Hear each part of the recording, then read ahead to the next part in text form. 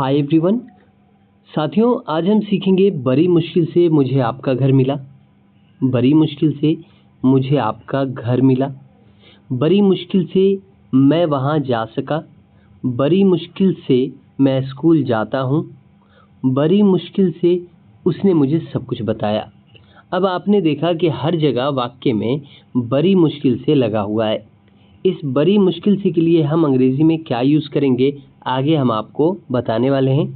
साथ ही साथ कॉमा के बाद एक और वाक्य बना हुआ है, जैसे कि मुझे आपका घर मिला, मैं वहाँ जा सका, ठीक है, मैं स्कूल जाता हूँ, उसने मुझे सब कुछ बताया।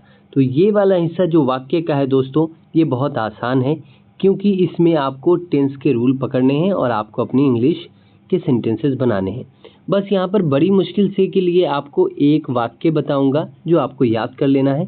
फिर आप कोई भी वाक्य बोलो, अगर उसमें बड़ी मुश्किल से आप बोलना चाह रहे हैं तो आप उस सेंटेंस को यूज़ करें और फिर आगे अपने सेंटेंस ऐड करें। अब आइए हम अंग्रेज़ी में देखते हैं एक एक वाक्य को। यहाँ पर देखें, बड़ी मुश्किल से मुझे आपका घर मिला। ओके दोस्तों, बड़ी मुश्किल से मुझे आपका घर मिला। बड़ी मुश्किल से के लिए हम अंग्रेज़ी में बोलते हैं with a great difficulty. With a great difficulty, याद रखिएगा। एक बार अगर आपने इसे याद कर लिया तो आप जब भी चाहें, आप अगर बड़ी मुश्किल से जैसे वाक्य बना रहे हैं तो आप बहुत ही ईज़िली आप जो है इस वर्ड का इस यूज़ करके, इस फ्रेज़ का आप अपने सेंटेंस कंप्लीट करेंगे। जैसे कि विथ अ ग्रेट डिफ़िकल्टी मुझे आपका घर मिला, आई फाउंड योर हाउस। अब यहाँ पर समझने वाली बात ये है दोस्तों कि ये जो दूसरा वाक्य बना है, मुझे आपका घर मिला, इसके लिए आप थोड़ा सा ध्यान दीजिएगा। यहाँ पर क्या लिखा हुआ है हिंदी में, मिला। मिला और मिलना में फ़र्क है।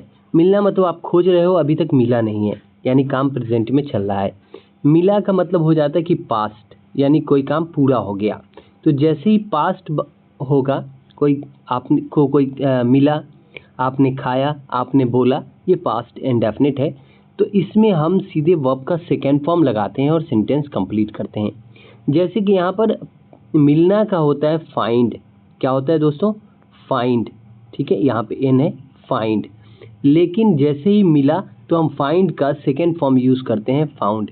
इसलिए यहाँ पर सेंटेंस बना है आई फाउंड योर हाउस, मुझे आपका घर मिला। अब हम दूसरा वाक्य देखेंगे। दूसरा वाक्य क्या है हमारा दोस्तों? बड़ी मुश्किल से मैं वहाँ जा सका। ध्यान दीजिएगा, विथ अ ग्रेट डिफ़िकल्टी, यानी बड़ी मुश्किल से। अब यहाँ पर भी सेम सेंटेंस बने हुए हैं, बड़ी मुश्किल से। आपको प्रैक्टिस हो जाना चाहिए अब तक कि with a great difficulty means बड़ी मुश्किल से मैं वहाँ जा सका। अब यहाँ पर आप वाक्य को समझिएगा, सका, सका यानी सकता है, और सकना का जो पास्ट फॉर्म होता है वो होता है सका, यानी कि कुड। इंग्लिश में कुड कहते हैं और हिंदी में उसे हम कहते हैं सका। तो जैसे ही आप ये सका देखेंगे, आप आंख बंद करके कुड का यूज़ करेंगे। मैं वहाँ जा सका, तो मैं आई कुड गो वहाँ, देयर, ठीक है। आई कुड गो देयर, मैं वहाँ जा सका। ध्यान दीजिएगा, with a great difficulty I could go there, बड़ी मुश्किल से मैं वहाँ जा सका। अब नेक्स्ट देखिए, बड़ी मुश्किल से मैं स्कूल जाता हूँ। ध्यान देने वाली बात है कि बड़ी मुश्किल से मैं स्कूल जाता हूँ। ध्यान दीजिएगा, अब बड़ी मुश्किल से के लिए तो आपने प्रैक्टिस कर लिया, with a great difficulty, with a great difficulty मैं स्कूल जाता हूँ। दोस्तों, अगर आपने पढ़ा होगा प्रेजेंट इंडेफिनिट तो आपका दिमाग चल गया होगा कि ये प्रेजेंट इंडेफिनिट का वाक्य है। तो अब आपको प्रेजेंट इंडेफिनिट में इस सेंटेंस को बना लेना है। तो मैं स्कूल जाता हूँ, हम क्या बोलेंगे? आई गो टू स्कूल, मैं स्कूल जाता हूँ। With a great difficulty I go to school, बड़ी मुश्किल से मैं स्कूल जाता हूँ। मे बी वहाँ पर जो है उस आने जाने का रास्ता स्कूल का सही नहीं होगा, तालाब होगा, नहर होगा, कुछ भी हो सकता है। तो इस तरह के वाक्य में बड़ी मुश्किल से मैं स्कूल जाता हूँ, with a great difficulty I go to school. तो ये जो सेकेंड पार्ट के वाक्य हैं वो अलग अलग हो सकते हैं। वो प्रेजेंट भी हो सकते हैं, पास्ट भी हो सकते हैं, फ्यूचर भी हो सकते हैं, वो ऑक्सिलरी के ऊपर भी बन सकते हैं। तो आपको मेन ध्यान यहाँ देना है कि बड़ी मुश्किल से अगर आप बोल रहे हो तो विद अ ग्रेट डिफ़िकल्टी ही आपको यूज़ करना है। उसके अलावा सेंटेंस जो भी है तो आप उसके अकॉर्डिंग चलेंगे। जैसे कि लास्ट वाला सेंटेंस आपका पास्ट में बना हुआ है, तो ज़रा ध्यान दीजिएगा। लास्ट में क्या है, बड़ी मुश्किल से उसने मुझे सब कुछ बताया। अब ध्यान दीजिएगा आप यहाँ पर कि एक होता है बताना और ये क्या है, बताया।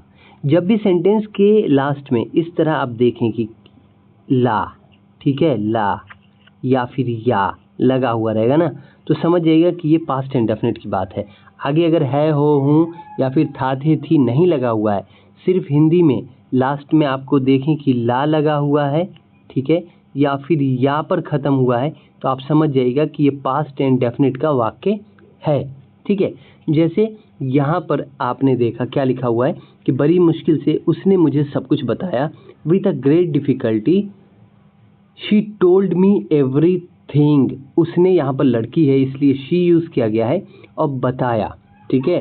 तो बताया के लिए बताना का होता है टेल, टेल, टेल मतलब बताना, ठीक है।